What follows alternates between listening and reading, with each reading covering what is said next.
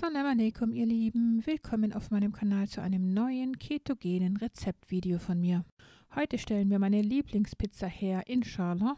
Und zwar habe ich früher Thunfischpizza mit Zwiebelringen sehr geliebt. Und diese köstliche Pizza stellen wir heute auf ketogene Weise her, inshallah, indem wir den Pizzaboden ohne Kohlenhydrate herstellen und den Thunfisch aus nachhaltigem Fischfang beziehen, wo er zumindest weniger belastet sein wird als herkömmlicher Thunfisch. Den Pizzaboden stellen wir in der Hauptsache aus Bio-Blumenkohl her. Wer jedoch mal nicht an Bio-Blumenkohl gelangen kann, wie das mir diesmal ergangen ist, der sollte den Blumenkohl, nachdem er ihn von den Blättern befreit hat, und dann diese Blätter und den Blumenkohl selber in ein Bad mit Wasser und Natron geben.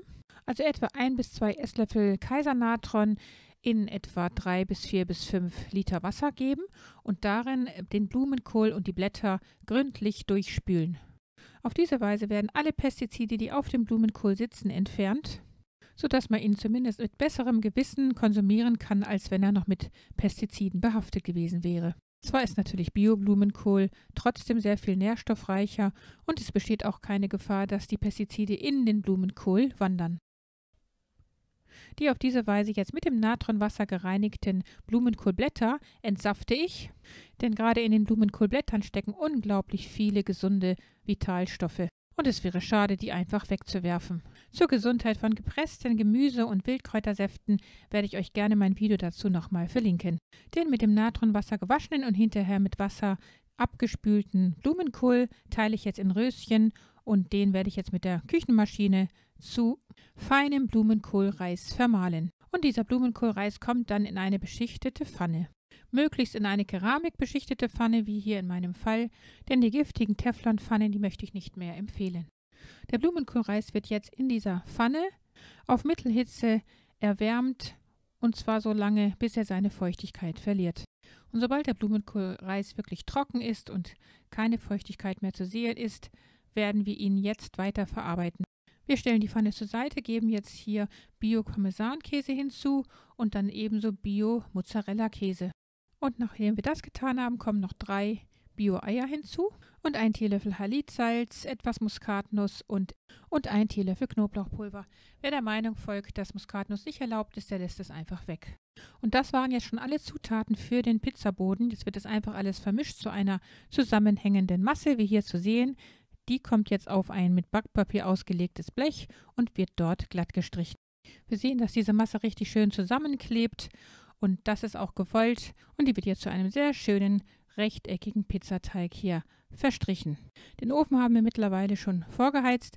Daran kommt jetzt dieses Backblech auf Mittelstufe bei 175 Grad Celsius, Ober- und Unterhitze und wird so lange gebacken, bis der Pizzaboden eine goldbraune Farbe erlangt hat. In dieser Zeit bereiten wir die Tomatensauce zu. Dazu geben wir eine gehackte Bio-Zwiebel in den Topf, braten sie so lange an, bis sie anfängt braun zu werden. Dann kommt eine ganze Packung bio-passierte Tomaten hinzu. Die Packung spülen wir nochmal mit etwas Wasser aus, das geben wir auch hinzu. Die Zwiebeln wurden übrigens in bio-nativem Kokosöl angebraten. Jetzt kommen folgende Gewürze hinzu: Knoblauchpulver, Kurkuma, mein aromatisches Rosmarinsalz und Bio-Gemüsebrühe, dann frisch gestoßener schwarzer Pfeffer und Oregano. Mein Video zum selbstgemachten Rosmarinsalz kann ich euch hier oben gerne nochmal verlinken.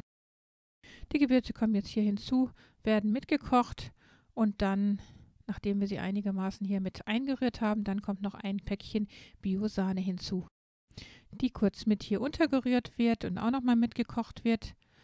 Und schlussendlich geben wir dann noch 1 Esslöffel Bio-Tomatenmark hinzu. Und sobald wir das getan haben, werden wir das Ganze noch einmal mit dem Pürierstab durchpürieren, damit man die Zwiebeln darin nicht sieht oder schmeckt. Und danach wird die Tomatensauce noch etwa 10 Minuten auf kleiner Flamme zugedeckt köcheln gelassen.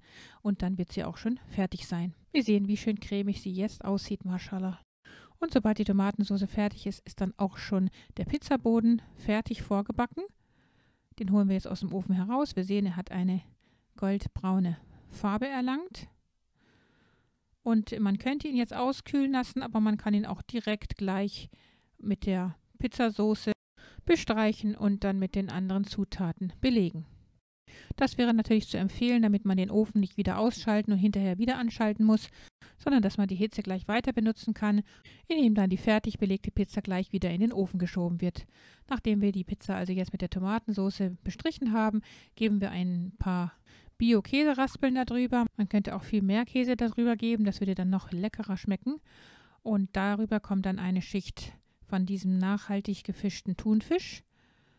Das sind 2 Dosen. Und dann folgende Gewürze noch: Knoblauchpulver, Oreganum und Bio-Gemüsebrühe. Die vermischen wir hier kurz nochmal und dann werden wir die jetzt über die Pizza drüber streuen, damit die Pizza auch wirklich schön gewürzt sein wird. Und als nächstes kommen dann einige Bio-Zwiebelscheiben darüber. Man könnte auch Zwiebelringe verwenden. Ich liebe diese Zwiebelscheiben auf der Thunfischpizza. Deshalb streue ich da ordentlich viele drüber, aber das könnte man natürlich nach persönlicher Präferenz handhaben, ob man mehr oder weniger Zwiebelringe oder Scheiben darüber gibt. Und letztendlich wird dann die Pizza noch mit Bio-Emmentaler Käse bestreut.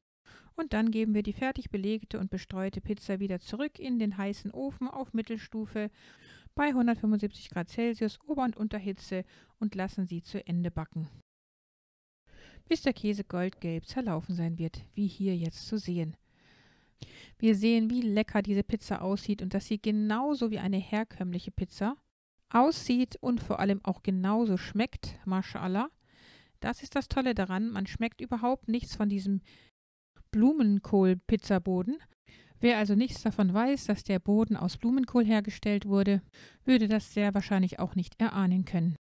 Das etwas aufwendige Rezept lohnt sich also allemal, weil es nicht nur köstlich wie eine herkömmliche Thunfisch-Zwiebelpizza schmeckt, sondern auch noch um einiges gesünder ist als herkömmliche Pizza, die mit einem kohlenhydratreichen Boden, meistens sogar aus Weißmehl, hergestellt wird. Und wie giftig alle leeren Kohlenhydrate, insbesondere auch in Form des Weißmehls, sind, sollte inzwischen hinlänglich bekannt sein. Gerne werde ich euch hier oben nochmal mein Video zur ketogenen Ernährung verlinken.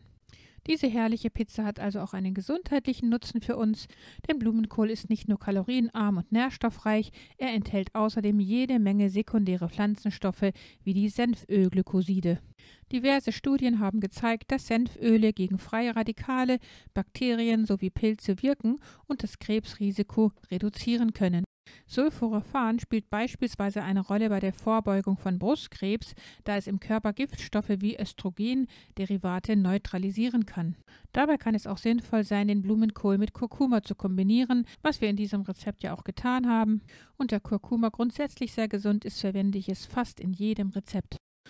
Da übrigens auch die Mineralstoffe und Senfölglykoside durch Hitze nicht beeinträchtigt werden, bleiben sie im Pizzaboden alle erhalten, weil wir den Blumenkohl ja nicht gekocht haben und diese somit auch nicht ins Kochwasser, was normalerweise weggeworfen wird, übergehen konnten. Auch die Darmflora wird von einem verstärkten Blumenkohlkonsum positiv beeinflusst, da Sulfate den Gallefluss anregen und verdauungsfördernd wirken. Das dazu. Ich hatte übrigens schon einmal eine ketogene runde Pizza hergestellt mit dem gleichen Blumenkohlboden, aber mit einem anderen Belag, die auch sehr lecker geschmeckt hat. Das Video dazu werde ich euch hier oben auch gerne nochmal verlinken. Ja, damit ist das Rezept für diese leckere Pizza auch schon beendet.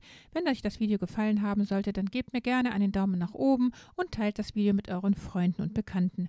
Vergesst auch nicht, das Glockensymbol zu betätigen, damit ihr kein Video in der Zukunft von mir verpasst. Liebste Grüße. Assalamu alaikum, eure Maria.